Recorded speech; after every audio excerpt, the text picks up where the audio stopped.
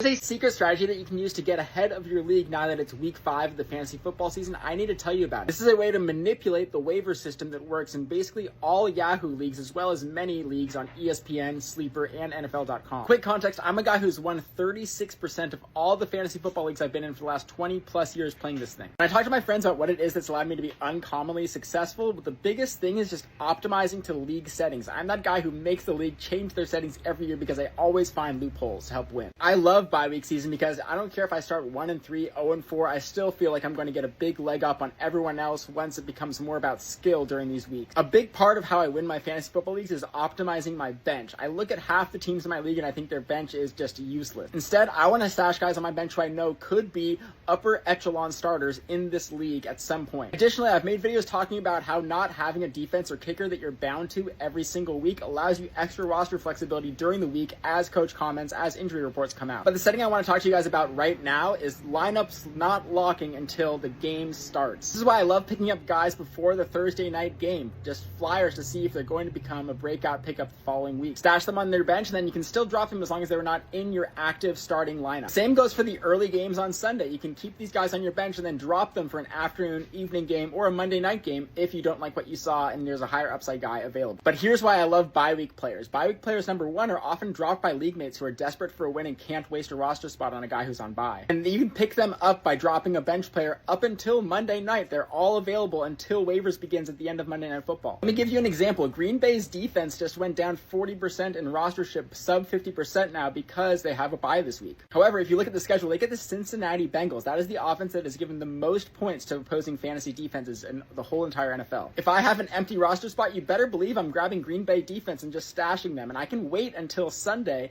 afternoon, evening even, to pick up Green Bay. The same goes for players on all of these bye week teams. So target picking up bye week players as the games unfold, and you have a guy on your bench that you thought, hey, maybe the starting running back's going to get injured and he'll break out. Maybe we'll see something unexpected. If that doesn't happen, and a lot of times, your calls won't always be successful, get the bye week guy prepared for the following week. Hope that tip was helpful. I had actually just updated my site, fansports.com, up here, which I rank all the players in the NFL, have a trade analyzer, have a bunch of tools I'm developing currently. I just updated the rankings so they also show the team's current matchups so you can see who's on bye and who's not. But anyways, I'm grateful that you guys spend a couple valuable minutes of your day here with me. Stay learning. I'll see you in the next one. Peace.